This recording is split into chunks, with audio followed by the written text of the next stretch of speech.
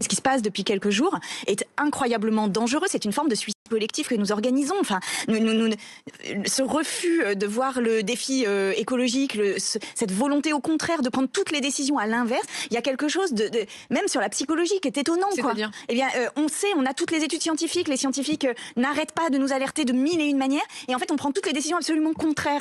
Pas le début d'un argument. Alors, qu'est-ce que vous pensez de ces fameuses... Alors, comment qu'elle a dit ? Je vais juste retourner en arrière et je veux pas déformer ces termes, s'il vous plaît. Excusez-moi. Les scientifiques n'arrêtent pas. Eh bien, on sait, on a toutes les études scientifiques. Voilà, on a toutes les études scientifiques. Les scientifiques n'arrêtent pas de nous alerter de mille et une manières. Les scientifiques n'arrêtent pas de nous alerter de mille et une manières. Qu'est-ce que vous pensez de ces études scientifiques et de ce que nous disent ces escrologistes ? Parce que, bon, dans le lot, heureusement qu'il n'y a pas que des escrocs, mais voilà. Des mensonges. Salut Simo. Salut Simo Casablanca. Salut. Bah, re-salut, je crois que tu étais là au début de ce truc. C'est diriger leurs études. Oui, ok. Fumisterie, ok. Sur YouTube, qu'est-ce que vous en pensez ? Dites-moi sur YouTube. Je vois qu'il y a très peu de personnes sur YouTube qui parlent. Ah, allez-y.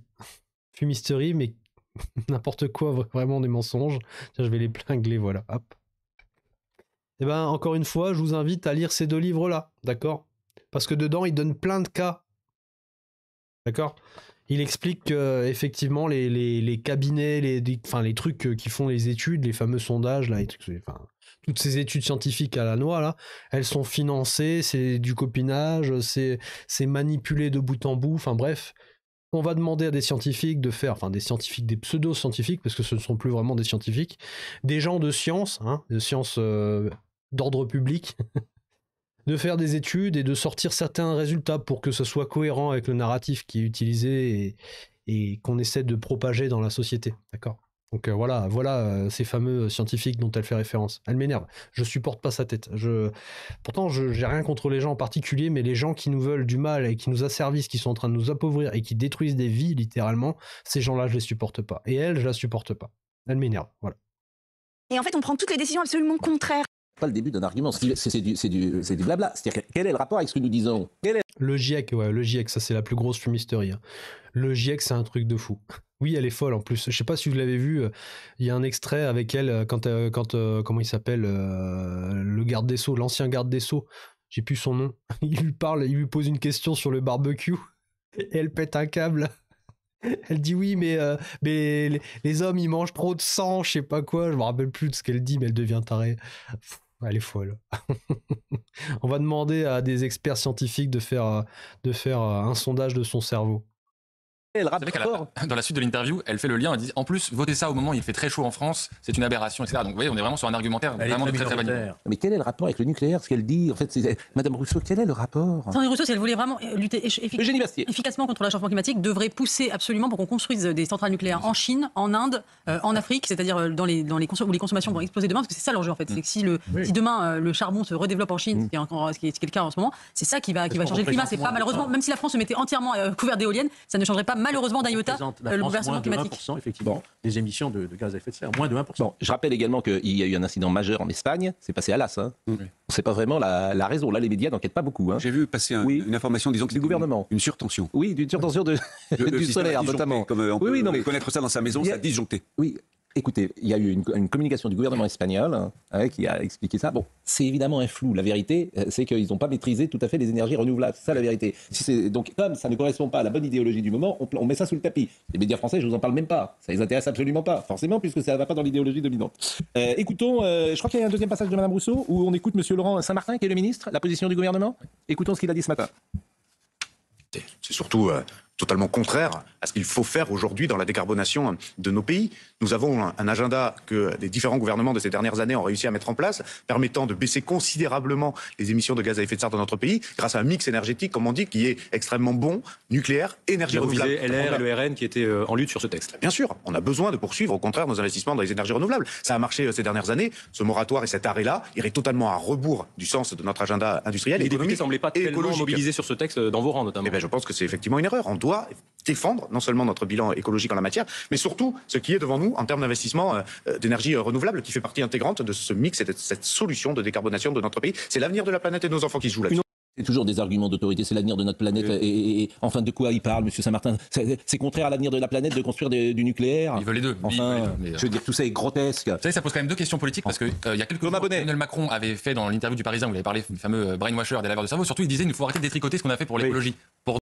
Voilà, ce qu'il dit, c'est très important. Hein. Vous pouvez retrouver cette intervention sur le propre Instagram de Macron. Hein, il le dit clairement, on va pas tout détricoter et on n'aura aucun recul, d'accord? Donc les ZFE, les PPE et puis les DPE et puis tout ce qui va derrière, vous inquiétez pas, s'ils veulent le faire passer, ils le feront. Ils le fera peut-être passer en force avec le Conseil constitutionnel. C'est pour ça que les ZFE, j'en parle aujourd'hui, je vous montre des extraits qui parlent de ZFE, alors que normalement, on est censé avoir ça derrière nous. Tant que le Conseil constitutionnel n'a pas rendu une décision ferme et définitive, on ne sait pas. Et c'est pareil pour tout, d'accord? Et il peut vraiment nous l'appliquer, puisque c'est la volonté de l'Union européenne, donc vous inquiétez pas. Et en plus, il le dit. Hein. Et à chaque fois, quand il dit quelque chose, vous pouvez être sûr que il le fait derrière. Enfin, surtout quand ça concerne la destruction. Hein. Pas quand ça concerne l'amélioration, c'est que du vent. Par contre, quand ça concerne la destruction, vous pouvez être sûr et certain qu'il va l'appliquer. Et il dit clairement qu'il est là, c'est son rôle à lui. Il le dit, vous pouvez le voir sur Instagram, hein, vous pouvez le retrouver facilement. Il le dit clairement, c'est son rôle de vous tordre le bras, d'accord? C'est son rôle à lui de vous faire changer vos habitudes, même si ça ne vous plaît pas. Et c'est sa mission, d'accord? C'est son rôle. Il le dit, c'est mon rôle de faire ça. Donc, je pense qu'il va essayer d'agir sur ce fait-là avec son copain Ferrand, d'accord? Je vais vous montrer un truc. Regardez. Je sais pas si on voit bien. Alors, je vais juste regarder ici. Je vais peut-être zoomer à mort. Hop. Je vais regarder. Je suis désolé. Je suis en train de placer le truc pour que vous puissiez voir les données sur l'écran. Voilà. Alors, par contre, je sais pas du tout si vous voyez bien. Dites-moi si vous voyez ce qui est écrit, s'il vous plaît. Bah, les gens, ils peuvent croire à ces âneries grâce au message, enfin, au mensonge médiatique. Je veux dire, l'outil de propagande ultime, c'est les médias. Hein. Malheureusement, ils ont le contrôle de votre cerveau avec ça. Enfin, pas le vôtre, puisque vous êtes sur ce live, donc vous êtes déjà éveillé. Malheureusement, autour de vous, je pense. Sincèrement, dites-moi si autour de vous, il y a beaucoup de gens qui sont endormis. S'il y a beaucoup de léthargiques. Dites-moi si vous en connaissez, si ça vous fait mal au cœur ou pas. 60K. 60K, les gars. 60 000 likes. Franchement, vous êtes des amours. C'est génial. Et puis 106 abonnés. Bon, bah, c'est bien, hein, 106 nouveaux dans la communauté. C'est magnifique. Sur YouTube, je sais pas, j'ai pas les informations. N'hésite pas si tu as des questions de trading. Ah bah je connais assez bien le trading. Je pratique régulièrement le trading. Donc, mais merci quand même la minute. Ça me fait plaisir, Minute Machine. Ils sont Ouais, BFM, CNews, LCI et compagnie, oui, tous les médias, ils te balancent une propagande et ils te pourrissent le cerveau avec. Et malheureusement, il y a beaucoup de gens qui gobent tout ça. Du coup, je sais pas si vous voyez bien à l'écran. Est-ce que vous voyez bien les... Je vois pas le haut. Alors, de toute façon, le haut, je vais le baisser un petit peu du coup. Voilà. Je vais essayer de pas trop monter. Sur YouTube, normalement, vous voyez bien. Je dis pas de bêtises. Attendez, je vais juste voir 2 secondes. Hop. En fait, les données que je vous montre ici, c'est important que vous les voyez. Vous allez comprendre en fait à quel point l'escrologie, elle est violente. Ok ? Regardez, on va faire le point sur les réacteurs nucléaires qu'il y a dans le monde. Donc en construction, arrêtés, etc. D'accord ? Nombre et puissance de réacteurs et centrales nucléaires dans le monde et par pays connectés au réseau ou en cours de construction ou en projet approuvé par les États. C'est des données de 2024. Il y a sûrement des données beaucoup plus récentes sur 2025, mais bon voilà. On a en nombre de centrales qui sont actives, d'accord, en service. Dans le monde, il y a 186 centrales. Donc une centrale, c'est un regroupement de plusieurs réacteurs, ok ? Réacteurs en service, on en a 440. Donc on a 186 centrales nucléaires qui sont constituées de 440 réacteurs nucléaires. Nous, on en a 57. Hein. On en a quand même une belle partie. D'accord ? Enfin, 56, maintenant qu'ils en ont fermé un. Enfin, voilà. Et donc, les réacteurs en cours de construction dans le monde, il y en a 60. D'accord ? Des réacteurs planifiés, il y en a 92. Des réacteurs en projet, il y en a 343 en projet. C'est-à-dire que dès que des réacteurs vont être terminés, il y en a d'autres qui vont être financés, etc. Et ça va construire. Ça va pousser comme des petits champignons. Aux USA, on a 54 centrales nucléaires pour 94 réacteurs nucléaires. Donc ils en ont plus qu'en France. En France, on a 18 centrales nucléaires et 56 réacteurs nucléaires. D'accord? Et en projet, on en a 6. Vous savez, c'est quand Macron s'est rendu compte qu'en fait, sa politique, elle allait lui jouer des tours. Hein, parce que c'est bien beau de vouloir saper l'indépendance énergétique du pays, mais si ça va trop vite, c'est un peu embêtant. Parce que s'ils n'ont pas fini d'appliquer leur plan, ça va leur retomber dessus. Donc on remet les centrales nucléaires dans le centre du jeu, on réinvestit, on fait un peu de com, on fait semblant, etc. Bref, on gagne un peu de temps et on arrête de fermer des centrales nucléaires. Donc on a en projet 6 réacteurs. Ok, bon, d'accord. Aux États-Unis, ils en ont 13. Bon, déjà, il y a un gros delta. Ensuite, en Chine, on a 16 centrales nucléaires pour 56 réacteurs nucléaires. Donc la Chine, en 2024, puisque les données sont de 2024, on a autant de réacteurs nucléaires qu'en France. Mais on a 2 centrales nucléaires en moins. Donc il y a des centrales nucléaires où il y a plus de réacteurs. Nombre de réacteurs en construction, d'accord? Donc là, en France, on en a 1. Donc c'est sûrement un nouvel EPR. Alors je ne sais pas si du coup la donnée elle a été absorbée ou pas, d'accord? Mais on n'a qu'un seul réacteur en construction, ou déjà construit, selon la donnée du moment. En Chine, il y en a 26, d'accord? En cours de construction. Il y en a encore 41 de planifiés, qui vont juste après se greffer et se mettre en construction. Et attention, en Chine les amis, en Chine, c'est le moteur économique du monde. Vous avez vu ce qui se passe en Chine? Les mecs qui sont à la pointe de la technologie. Ça part dans tous les sens. Les mecs qui sont en train d'inventer le futur, ils sont en train de littéralement glisser dans un multivers et nous on n'y est pas conviés. Et les mecs, ils ont 158 réacteurs en projet. Juste, imaginez. Juste plus de... Ouais, quasiment 3 fois notre parc à nous. Ça va être un truc de fou. Au Japon, ils ont 17 centrales nucléaires, ils ont 33 réacteurs. Ils en ont 2 en construction, 1 réacteur planifié et 8 en projet.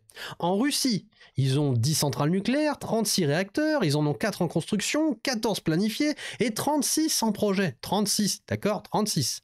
Donc les mecs, ils vont être largement au-dessus de nous en termes de réacteurs nucléaires dans pas très longtemps. La Corée du Sud, 4 centrales nucléaires, 26 réacteurs nucléaires, 2 en construction, 2 en projet, et il n'y en a pas d'autres, ok? Au Canada, 4 centrales nucléaires, 19 réacteurs, il y en a 2 en planifié et 9 en projet. Enfin, bref, la liste est longue, et vous le voyez, en fait, on est en train de se faire poutrer. C'est-à-dire que le reste du monde est en train de s'énergiser en termes de production énergétique avec des centrales nucléaires, et nous, on a notre vieux parc qui est en train de pourrir. Alors on le rénove, on fait des plans grand carénage, etc. Voilà. Mais ça reste du pansement. On n'innove pas, puisqu'on aurait pu innover, on aurait pu avoir des générateurs de 4e génération. Donc, on aurait pu avoir un projet Astrid ou même juste continuer à développer Super Phoenix, pourquoi pas. Au lieu de ça, on développe des moulins à vent qui sont fabriqués où? Ils sont fabriqués où? S'il vous plaît, dites-moi, je vais vous laisser quelques secondes pour répondre. Il y a peut-être quelqu'un qui va me répondre. Ils sont fabriqués où, les petits moulins à vent et puis les panneaux solaires qui vont être implantés un petit peu partout en France et en Europe? Voilà. Qu'est-ce que j'étais en train de vous dire juste avant? C'est qui le moteur c'est qui le moteur économique du monde là actuellement? C'est qui l'usine du monde qui est en train de développer des technologies de fou, qui a une économie qui est en train d'exploser? Je sais pas, regardez ce qui se passe en Chine. Juste renseignez-vous. Pour ceux qui sont pas au courant, qui pensent que la Chine c'est encore le tient le monde, regardez ce qui se passe en Chine et franchement vous allez avoir une claque, je pense, monumentale. Eh bien les mecs, ils ont 16 centrales nucléaires, 56 réacteurs nucléaires, donc autant que nous. Il y en a 26 qui sont actuellement en construction, il y en a 41 qui sont planifiés et 158 réacteurs qui sont en projet. Donc d'ici quelques mois, quelques années, voilà, la Chine, elle sera très très loin, d'accord? Très très loin. Ça veut dire qu'aujourd'hui, actuellement, il y a 440 réacteurs nucléaires en service dans le monde entier. Et la Chine, dans quelques années, quand elle aura fini d'appliquer tous ses projets, etc., elle aura la moitié de ce qui existe déjà en sa possession sur ses propres terres. Je ne sais pas si vous vous rendez compte du délire et à quel point l'escrologie est en train de détruire notre avenir. Parce que là, on est en train de nous dire, oui, mais pour sauver la planète, blablabla, faut pas faire de nucléaire, d'accord? C'est dangereux le nucléaire, faut pas en faire. Parce qu'il y a un risque. Il y a des centrales nucléaires qui poussent comme des champignons dans le monde entier, sauf en France. Par contre, il faut faire du panneau solaire et puis du moulin à vent, parce que c'est super. C'est super pour l'empreinte carbone, le CO2, mon cul sur la commode, etc. Juste ce tableau, hein. Juste ce tableau, normalement, il doit vous faire comprendre qu'il y a une problématique, il y a un problème quelque part dans l'escrologie. Dans le narratif, l'histoire qu'on nous raconte, il y a un problème. Mais ça, on va pas te le montrer sur BFM TV, sur LCI, sur CNews. On va pas te le montrer, ce petit tableau. Et c'est pas un truc complotiste, hein. C'est connaissance-des-énergies.org, d'accord? Regardez ce site, il y a énormément d'informations. Voilà. Et nous, en France, on en est là. Regardez, hop, je vous mets ça tout de suite à l'écran. Je vais peut-être le mettre sur une autre fenêtre, sinon, voilà, on va peut-être pas le voir correctement. Regardez, nous, en France, on en est là, d'accord? Voilà, ça, c'est la carte de France avec les centrales nucléaires et les réacteurs. Donc là, on a Flamanville, c'est le PR qui a ouvert il n'y a pas très longtemps.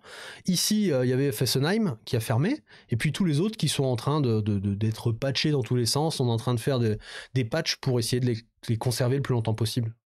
Voilà. Stéphanie, tu le sais? Oui, mais tout le monde ne le sait pas. Malheureusement, tout le monde ne le sait pas. Et nous, là, on est plus beaucoup, hein, parce que, comme je vous l'ai dit, le live a été censuré. Merci pour les 69 000 likes.